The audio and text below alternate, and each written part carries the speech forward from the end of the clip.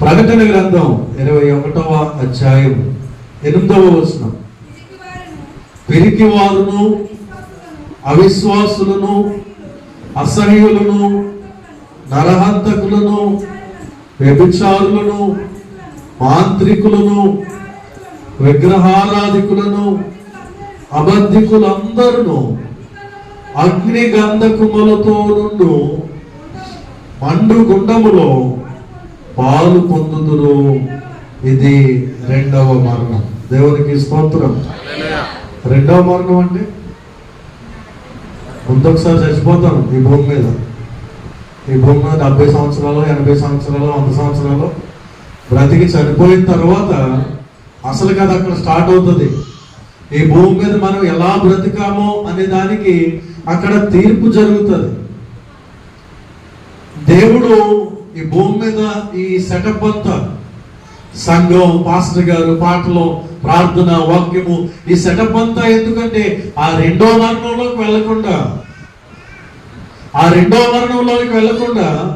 మనందరం కూడా నిత్య జీవానికి వెళ్ళాలనే ఉద్దేశంతో దేవుడు ఈ భూమి మీద సంఘాన్ని ఏర్పాటు చేశాడు. దేవునికి స్తోత్రం. హల్లెలూయా. ఇక్కడ చెప్పబడిన వాక్యాల చేతైనా మార్పు చెంది, మారు మనసు పొంది, నిత్య జీవానికి అర్హులముగా, పాత్రులముగా మనం మార్చబడాలి అనేది దేవుని యొక్క ఉద్దేశం. ఇక్కడ వాక్యం చెప్పినా, వాక్యం విన్నా కూడా ఇక మారు మనసు పొందకపోతే, దేవుని వాక్యాన్ని అనుసరించి ఆయనను విశ్వసించకపోతే అక్కడ కూడా ఇంకొక మరణం ఉంటుంది. ఆ రెండవ మరణం మనకులాగా మోసుకెళ్ళిపోయి కప్పెట్టేది కాదు. అది ఆ మరణంలో కళ్ళు తెరిచే ఉంటాం. దేవునికి స్తోత్రం. ఆ కళ్ళు తెరిచి ఉంటే ఇలా కూర్చుని కళ్ళు తెరిచి ఉండడం కదా. ఎక్కడ కూర్చోబెడతారంటే మండు గుండములో, అగ్ని గుండములో పడేస్తారు. కాలిపోతా ఉంటాం, పళ్ళు కొరుకుతా ఉంటాం, ఏడుస్తూ ఉంటాం, అంగలారుస్తూ ఉంటాం. అగ్ని ఆరదు. ఎందుకంటే ఈ లోకములో దేవునిని అంగీకరించకుండా, ఈ లోకములో దేవునికి ఆయాసకరమైన లక్షణాలను, స్వభావాలను, వ్యసనాలను విడిచిపెట్టకుండా ఉన్నటువంటి మనం అక్కడ కాలిపోవలసినటువంటి పరిస్థితుల్లోనికి వెళ్ళిపోతాం. ఎవరుంటారు నరకంలో చెప్పండి? పిరికివారు ఉంటారంట. ఎవరుంటారు? పిరికివారు, అవిశ్వాసులు, అసహ్యులు. సరే, మీరు అన్ని లిస్ట్ రాశారు కదా. పిరికోళ్ళు అంటే ఎవరు చెప్పండి? ఏ పిరికోళ్ళు అంటే నేను క్రైస్తవుడిని, నేను దేవుణ్ణి నమ్ముకున్నాను అని ధైర్యంగా ఎక్కడైనా కూడా చెప్పగలిగినటువంటి ఆ యొక్క ధైర్యం లేకుండా ఎవరైనా కొంచెం అంటే చూడండి, ఆ పిరికితనం.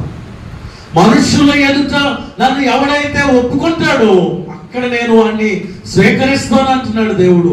అటువంటి పిరికివారు ఒకవేళ ఇక్కడేమో భక్తిగా ఉంటున్నటువంటి అన్ని జనుల మధ్యలో, లోకం మధ్యలో నేను క్రైస్తవుడిని, క్రైస్తవురాల్ని, నేను దేవుని బిడ్డని ఆయన ధైర్యంగా నీ క్రియల్లో, నీ కార్యాల్లో, నీ మాటల్లో క్రైస్తవుడిగా, క్రైస్తవురాలుగా చెప్పుకునే ధైర్యం లేకపోతే, పిరికిదానిగా, పిరికివాడిగా ఉంటే వారు ఖచ్చితంగా ఎక్కడ వెళ్ళిపోతారంట? ఆ పిరికిదాని గురించి అక్కడ రాయదు. 1 కొరింథీ 10వ అధ్యాయం 14వ వచనం. కాబట్టి నా ప్రియులారా, జాగ్రత్తగా వినండి ఏమని చెప్తున్నాడు.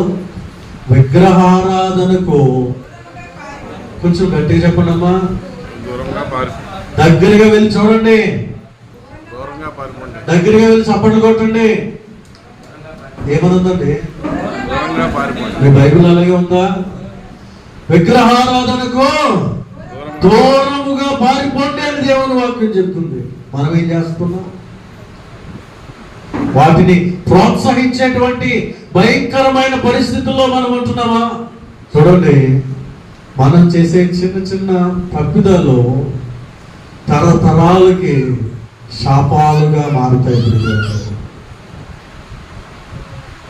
నేను తప్ప వేరొక దేవుడు నీకు ఉండకూడదు. పైన ఆకాశం అందే కానీ, కింద భూమి అందే కానీ, భూమి కింద నీళ్ళ అందే కానీ ఏ రూపాన్ని కూడా నువ్వు చేసుకొనకూడదు. ఏ విగ్రహాన్ని చేసుకోకూడదు, దానికి నమస్కరించకూడదు, పూజించకూడదు. దానికి కొరింథీ సంఘంలోకి వచ్చేసరికి సంఘాలకు పరిశుద్ధాత్ముడు చెప్తున్న మాట, విగ్రహారాధనకు దూరముగా పారుతుంది. ఎందుకు దగ్గరగా తెచ్చుకుంటున్నాం ఈ రోజుల్లో?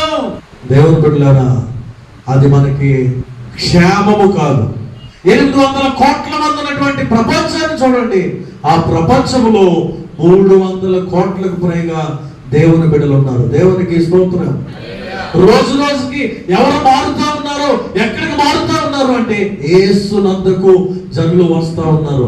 ఏ గ్రంథం చదివించబడతా ఉంది, ఏ గ్రంథం ఎక్కువగా ముద్రించబడతా ఉంది, ఏ గ్రంథం మనుషుల జీవితాలు మారుస్తా ఉంది అంటే మన చేతుల్లో ఉన్న ఈ పరిశుద్ధ గ్రంథం. దేవునికి స్తోత్రం. హల్లెలూయా. దేన్ని విడిచిపెట్టి, ఈ దేవుణ్ణి విడిచిపెట్టి వేరొకరిని ఆశ్రయించు వారికి శ్రమ. ఐగుప్తులో ఉన్నటువంటి నా ప్రజల యొక్క బాధలను నిశ్చయముగా నేను ఏం చేశాను? చూశాను. మన దేవుడు చూస్తున్నటువంటి దేవుడు. మన బాధలు చూస్తున్నాడు, మన అవసరతలు చూస్తున్నాడు, మన ఇబ్బందులు చూస్తున్నాడు, మన సమస్యలను ఆయన చూస్తున్నటువంటి దేవుడు. చదవండి కిందకి. చూడండి, వారు పెట్టిన మొరను వింటున్నటువంటి దేవుడు. మన యొక్క బాధలు, మన అప్పులు, మన ఆర్థిక ఇబ్బందులు, అనారోగ్య పరిస్థితులు, కుటుంబ సమస్యల కొరకు మనం కన్నీటితో చేస్తున్నటువంటి మొర ఆయన వింటున్నటువంటి దేవుడు. పాలు తేనెలు ప్రవహించు దేశమునకు వారిని నడిపించుటకు నేను దిగి వచ్చి ఉన్నాను. దేవునికి స్తోత్రం. ఆయన మనల్ని చూస్తున్న దేవుడు, మన ప్రార్థనలు వింటున్న దేవుడు, మనకి సహాయం చేయడానికి, మనల్ని రక్షించడానికి 2024 సంవత్సరాల క్రితం మానవతారిగా ఆయన ఈ లోకానికి దిగి వచ్చినటువంటి సర్వశక్తివంతుడైనటువంటి దేవుడు. అయితే ఇంకొక విగ్రహం కూడా ఉంది, దాన్ని కూడా చెప్పి వాక్యంలో ముందుకు వెళ్తాం. యెహెజ్కేలు గ్రంథం 14వ అధ్యాయం 3వ వచనం.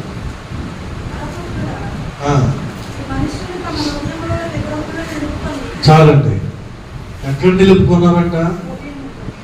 మనుషులు తమ హృదయములలో విగ్రహములను నిలుపుకొని దోషము పుట్టిస్తున్నారంట. దేవునికి స్తోత్రం. ఇదే విగ్రహం అండి. కొంతమంది ఏదో బొమ్మను కళ్ళేసుకుంటారు, కానీ ఈయన హృదయంలో చేసుకున్నాడు అంటున్నారు. హృదయంలో ఉన్నటువంటి విగ్రహం ఏంటి?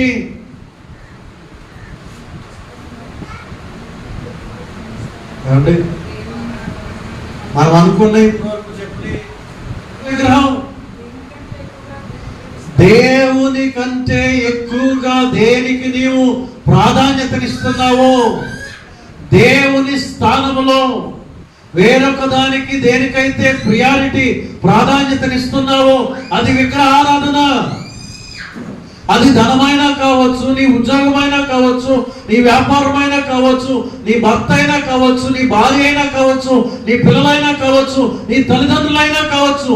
దేవునికి ఇవ్వవలసిన స్థానాన్ని, దేవునికి ఇవ్వవలసిన ప్రాధాన్యతను మొట్టమొదటిగా దేవునికి ఇవ్వకుండా దేవుని దగ్గరికి తర్వాత వెళ్దాం, మందిరానికి ఈ వారం వెళ్ళకపోయినా పర్వాలేదు, 10:30 అప్పుడే వెళ్ళకపోయినా పర్వాలేదు అనేటువంటి ఆ ప్రియారిటీ, ఆ నిర్లక్ష్యం ఏంటనంటే నీలో విగ్రహాన్ని కలిగిస్తా ఉంది లోపల.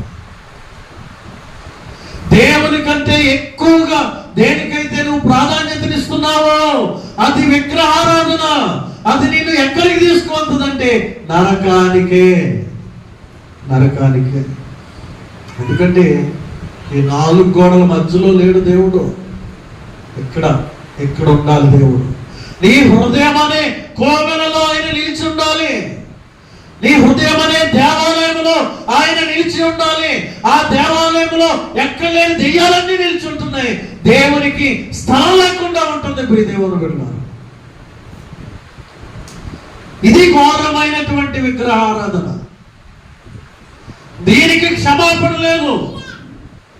మనుషులందరూ తమ హృదయములలో విగ్రహాలను నిలుపుకొని దోషముతో అభ్యంతరకరంగా వారు జీవిస్తూ ఉన్నారని దేవుడు మాట్లాడుతూ ఉన్నాడు.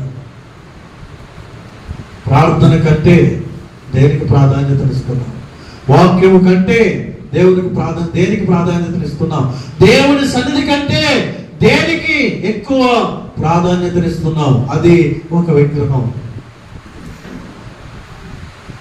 నీ భార్యను బాగా ప్రేమిస్తున్నావా? దేవుని కంటే అదొక విగ్రహం. నీ భర్తను బాగా ప్రేమిస్తున్నావా?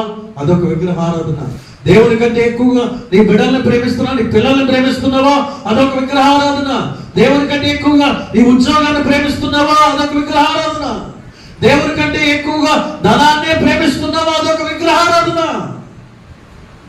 దేవుని కంటే ఏది కూడా మనకి ఎక్కువ కాకూడదు. దేవుని కంటే ఏది ముందు కాకూడదు.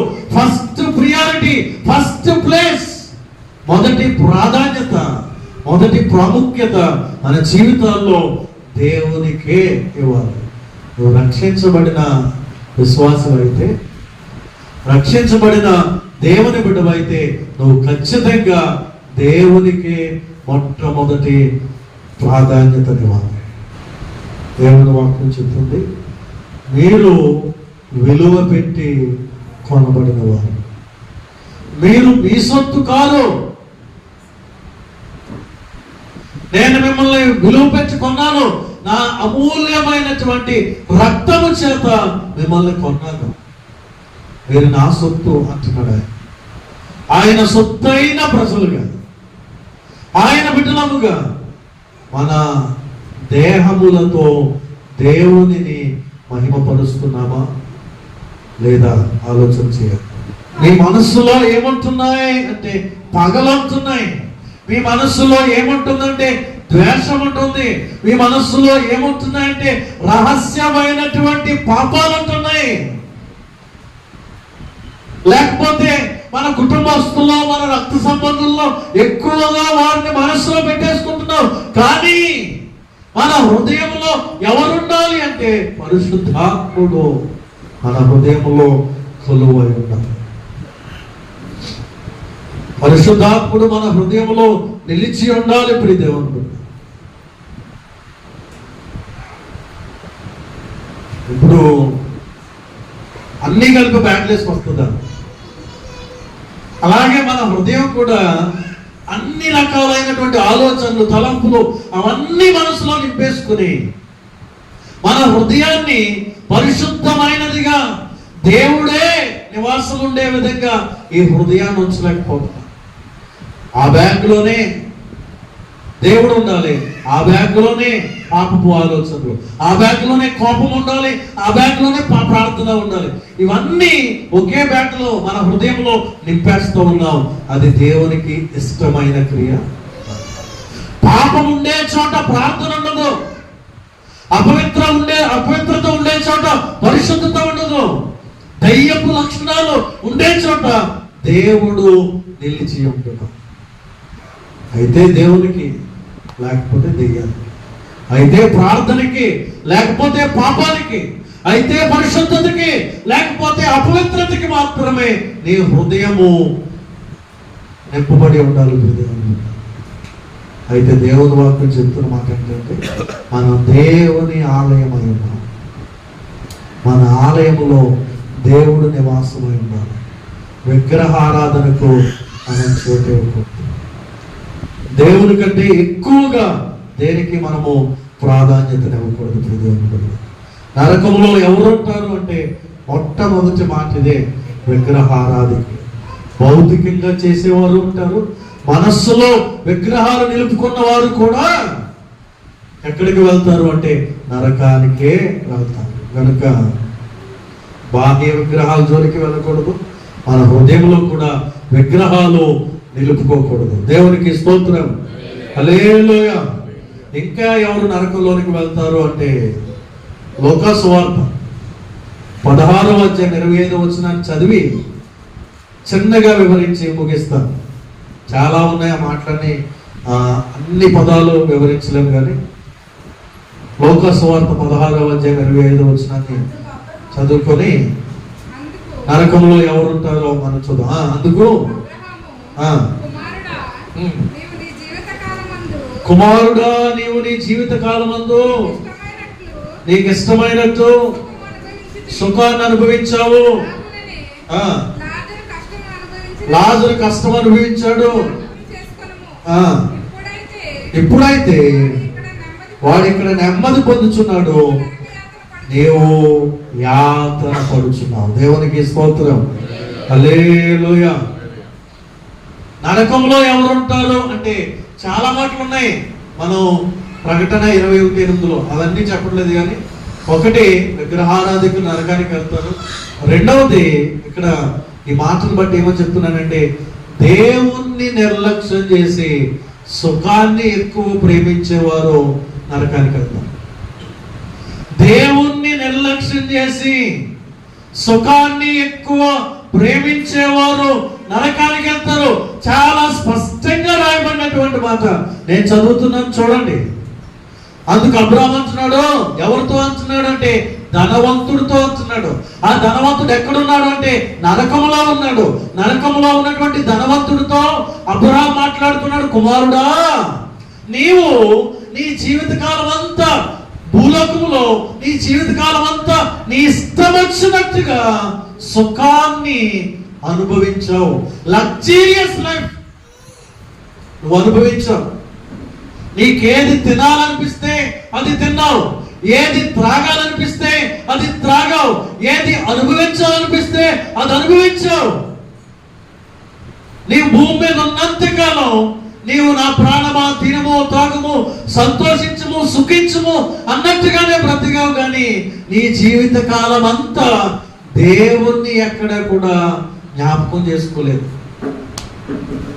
నాకేంటి డూప్లెక్స్ బిల్డింగ్ ఉంది, నాకేంటి బ్యాంక్ బ్యాలెన్స్ ఉంది, నాకేంటి వాహనాలు ఉన్నాయి, నాకేంటి తినడానికి కావలసినటువంటి ఐశ్వర్యం ఉంది. కాలు మీద కాలేసుకుని జడ్జాగా జీవించాడు. ఇష్టమైనట్టుగా సుఖాన్ని పొందని భూమి మీద దేవుణ్ణి జ్ఞాపకం చేసుకోలేదు. కానీ అంతం పర్యవసానం ఏమైందంటే అతడు నరకానికి వెళ్తాడు. ఆ ధనవంతుడు ఇంటి ముందు గేట్ ముందు లాజరు అనేటువంటి ఒక దరిద్రుడు పేదవాడు ఉన్నాడు. ఒళ్ళంతా భయంకరమైన పుండ్లతో సరైన వస్త్రాలు కూడా లేకుండా వీళ్ళ ఇంట్లో నుండి పడేసేటువంటి వాళ్ళు తినేసి సగం సగం మిగిలిపోయి డస్ట్బిన్ లో పడేస్తారు కదా, ఆ గేట్ ముందు పడేసినటువంటి వాటిని తీసుకుని తింటూ జీవనాన్ని కొనసాగించేటువంటి భయంకరమైనటువంటి స్థితి లాజరుది. ఆ లాజరుకి సరి అయిన ఇల్లు లేదు, ఆ లాజరుకి సరి అయిన వస్త్రాలు లేవు, ఆ లాజరుకి సరి అయిన కడుపు నిండా తినేటువంటి భోజన సదుపాయం లేదు, ఆ లాజరుకి మంచి ఆరోగ్యం కూడా లేదు. ఆ లాజర్ని పట్టించుకునే వారే లేరు. కానీ ఆ లాజరు దేవుణ్ణి నమ్ముకున్నాడు. దేవునికి స్తోత్రం. ఆ లాజరు దేవుణ్ణి నమ్ముకున్నాడు. ధనవంతుడేమో జాగ్రత్తగా వినండి, ఇంటి లోపల ధనవంతుడు, ఇంటి బయట గేట్ దగ్గర లాజరు. లోపల ధనవంతుడు పంచభక్ష పరమాణాలు తెచ్చున్నాడు, ఏసీ రూమ్ లో ఉన్నాడు, ఫోమ్ బెడ్ మీద పడుకుంటున్నాడు, పంచభక్ష పరమాణాలు తెచ్చున్నాడు. ఆయన తిన్న తర్వాత ఇంట్లో పనులు తిన్న తర్వాత ఎక్కదిక్కలైపోయి పడేసేటువంటివి గేట్ దగ్గర పడేస్తే ఆ డస్ట్బిన్ లో వేరుకొని బయట ఎండలో కూర్చుని ఎండ వచ్చినా వాన వచ్చినా ఆ గోడ దగ్గరే ఆ గేట్ దగ్గరే పడి ఉన్నటువంటి ఈ లాజరు అలా బలహీనతతో అతను దొరికినటువంటి 2-3 మెతుకులు వారు పడేసినటువంటి ఆ రొట్టె ముక్కలు వేరుకు తింటూ అలా బలహీనుడుగా ఉంటాడు. లోపల ఉన్న ధనవంతుడికి అన్నీ ఉన్నాయి, దేవుణ్ణి జ్ఞాపకం చేసుకోలేదు.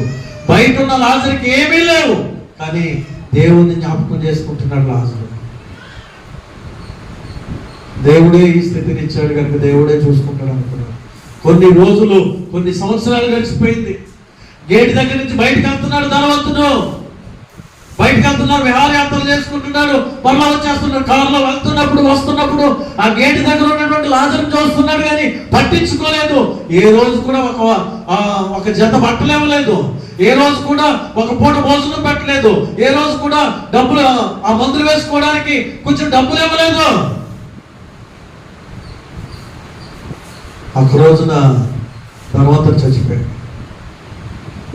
ధనవంతుడు శవాన్ని తీసుకెళ్ళడానికి దోతలు వచ్చాయి, ఆయన శవాన్ని తీసుకెళ్ళిపోయాయి, ఆయన ఆత్మను తీసుకెళ్ళిపోయాడు. కొన్ని రోజులకి లాజరు కూడా చనిపోయాడు. లాజర్ని కూడా దేవదూతలు వచ్చి తీసుకుని వెళ్ళిపోయాడు. ఈ భూమి మీద అందరూ చనిపోయారు. ధనవంతుడైనా దరిద్రుడైనా, స్త్రీ అయినా పురుషుడైనా, చిన్నవాడైనా పెద్దవాడైనా, ఎవరమైనా మనం చనిపోవలసిన వారిని. చనిపోయిన తర్వాత జరిగినటువంటి సంఘటన, ఈ లోకములో ఏసీలో, ఈ లోకములో లగ్జరియస్గా, ఈ లోకములో ధనవంతుడిగా, ఈ లోకములో ఏమి తక్కువ లేనిగా ఉన్నవాడు నరకములో కాలిపోతున్నాడు అక్కడ. మండుచున్న అగ్నిగుండములో మంటలు కొరుకుతూ ఏడుస్తూ ఉన్నాడు.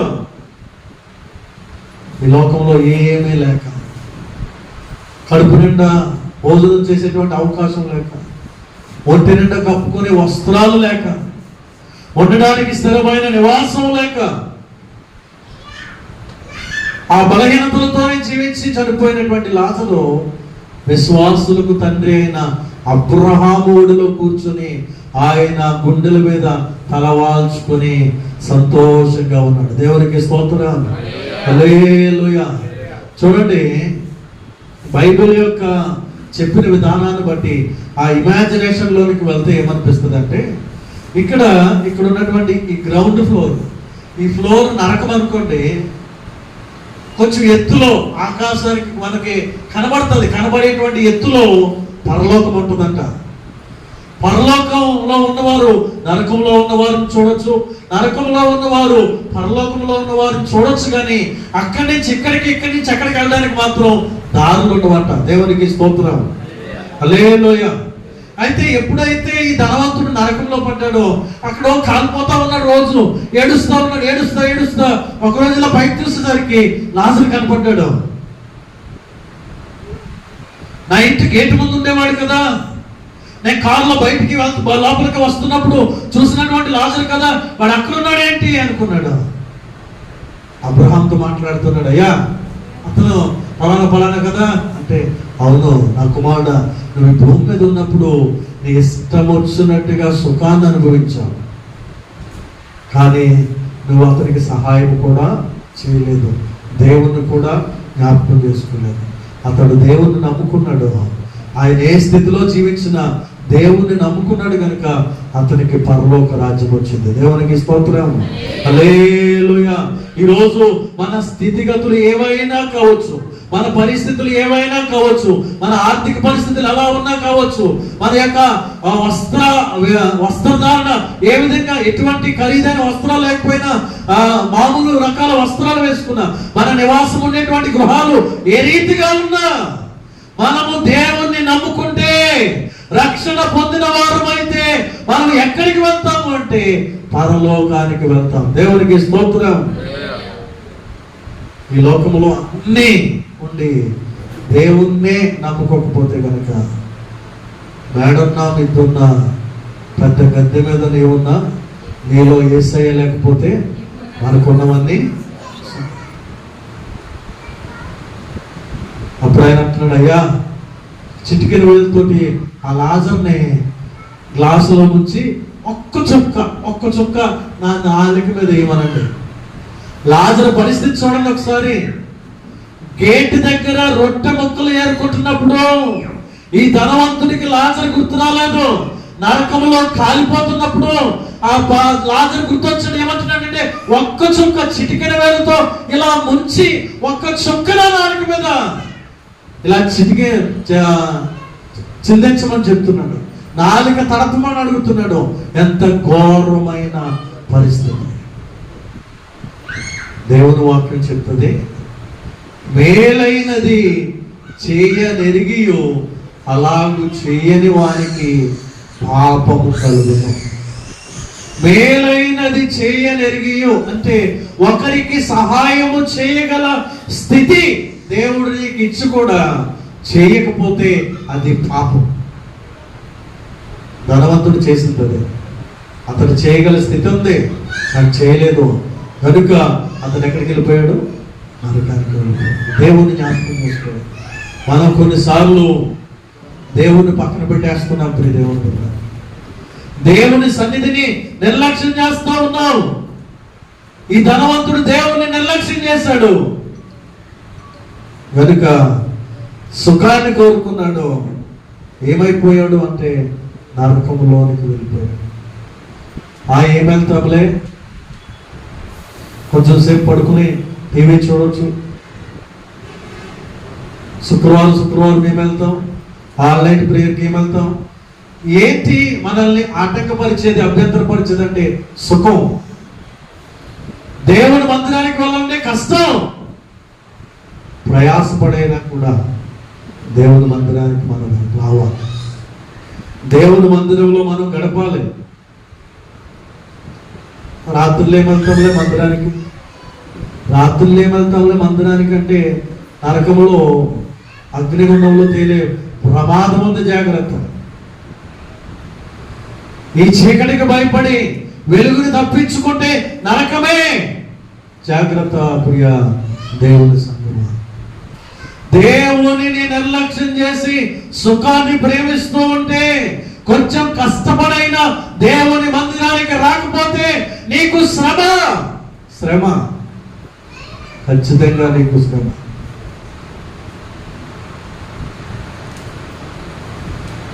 సిటీల్లో అంటే పెద్దగా ఉన్నాయని వాటి గురించి చెప్పట్లేదు, కానీ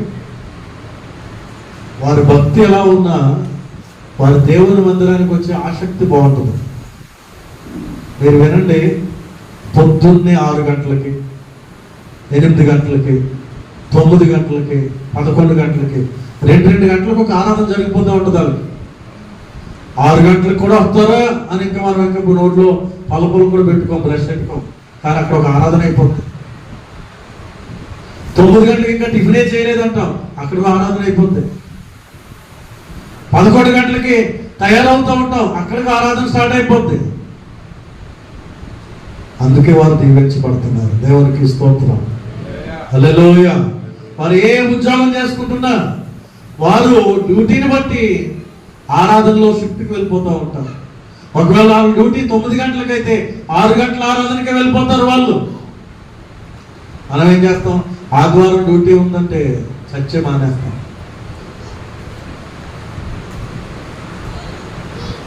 మనం ఆశీర్వదించబడాలంటే దేవునిని నిర్లక్ష్యం చేయకూడదు.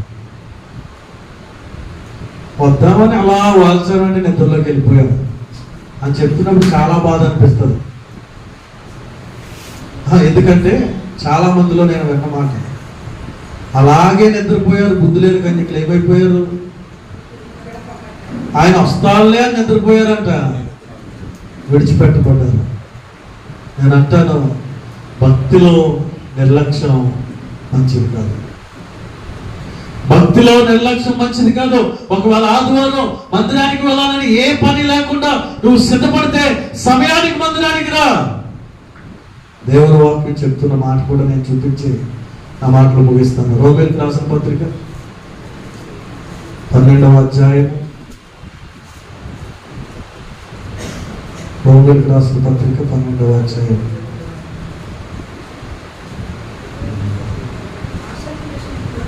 చదవమ్మా. 12 కదా. ఆత్మయందు తీవ్రత గలవారై ప్రభువుని సేవించుడు. ఆసక్తి విషయంలో మాంజులు అంటే బద్ధకస్తులు, మాంజులు అంటే సోమరులు, మాంజులు అంటే నిర్లక్ష్యం కలిగిన వారు. దేవుని మందిరానికి వచ్చే విషయంలో, దేవునిని ఆరాధించే విషయంలో, దేవుని సన్నిధికి వచ్చే విషయంలో మాంజులుగా కాక, సోమరులుగా కాక, నిర్లక్ష్యులుగా కాక, ఆత్మయందు తీవ్రత గలవారై ప్రభువుని సేవించుడే. దేవునికి స్తోత్రం, హల్లెలూయా. తీవ్రత కలిగి ప్రభువుని సేవించాలి. ఈ మాటలు చెప్తున్నప్పుడు బాధపడకండి. నన్నే అన్నారు పాస్టర్ గారు అని అనుకోకండి. మీరు మార్పు చెందాలి. ఆ మాట ద్వారా చెప్పినప్పుడు నువ్వు మార్పు చెంది మెలకువగా దేవుని మందిరానికి వస్తావు, ఆసక్తిగా దేవుని మందిరానికి వస్తావని, సిద్ధపడి దేవునిని ఆరాధించడానికి వస్తావనే తప్పితే నీ నాశనాన్ని కోరి నేను ఆ మాటలు చెప్పట్లేదు. నీ భక్తిలో మెలుగు కలిగి ఉంటావని, నీ భక్తిలో ఆసక్తి కలిగి ఉంటావని, నీ భక్తిలో నిర్లక్ష్యాన్ని విడిచిపెట్టి దేవుని మందిరానికి వేగిర పడతావనేటువంటి ఉద్దేశంతో నేను ఈ మాటలు చెప్తున్నాను. ఎందుకంటే మనకి పరిశుద్ధాత్ముడు రాయించి ఇచ్చాడు. బుద్ధి లేని కన్యకులు, బుద్ధిగల కన్యకులు, వారు వెలుగు కలిగి ఉన్నారు. ఆయన ఇంకా రావట్లేదు కదా అని కొంతమంది నిద్రపోయారు. ఆ నిద్ర మనల్ని ప్రమాదంలోనికి నడుతుంది. మనం చదివినటువంటి అధ్యాయాల్లో నిర్గమాకాండం 22 కానీ నిర్గమాకాండం 20 కానీ మనం చూస్తే విశ్రాంతి దినాన్ని ఖచ్చితంగా మనం ఆచరించాలి. దేవునికి స్తోత్రం. ఆదివారం ఆయన సన్నిధిలో మనం ఖచ్చితంగా గడపాలి. 2 మాటలు ఈ రోజు మనకి పరిశుద్ధాత్మ దేవుడు జ్ఞాపకం చేశారు. నరకములో ఎవరుంటారు అంటే విగ్రహారాధికులు. రెండవది దేవుణ్ణి నిర్లక్ష్యం చేసి సుఖాన్ని ప్రేమించేవారు. ఏం వెళ్తాంలే వాళ్ళ ఇంటి దగ్గర ప్రార్థనకి. వాళ్ళు వచ్చారా మన ఇంటి దగ్గర జరిగినప్పుడు? ఎవరు ఇంట్లో ఉన్న అడుగుతాం. అలా అందరూ వచ్చారా? ఒకరు వచ్చారు. అయితే ఒకరు వెళ్ళడం, నలుగురిలో ఒకరు వెళ్ళడం వాళ్ళకి సరిపోతుంది. ఏంటి లెక్కలు వేసుకుంటాం. అది మనకి మంచిది కదండి. దేవుడు ఒకడు శపించబడుతున్నాడని మనం కూడా శపించబడాలని కోరుకోకూడదు. ఒకడు శపించబడిన మనం దీవించబడాలని కోరుకోవాలి. హల్లెలూయా, హల్లెలూయా. ఇంకో మాట ఏంటంటే, ఆ పెట్టుకునే మనిషి కొరకు నువ్వు మందిరానికి ప్రార్థనకి వెళ్ళట్లేదు. ఆ మీటింగ్ దేవుని కోసం వెళ్తున్నావు, దేవుని స్తుతించడానికి కోసం వెళ్తున్నావు, దేవుని మాటలు వినడం కోసం వెళ్తున్నాం. దేవునికి స్తోత్రం.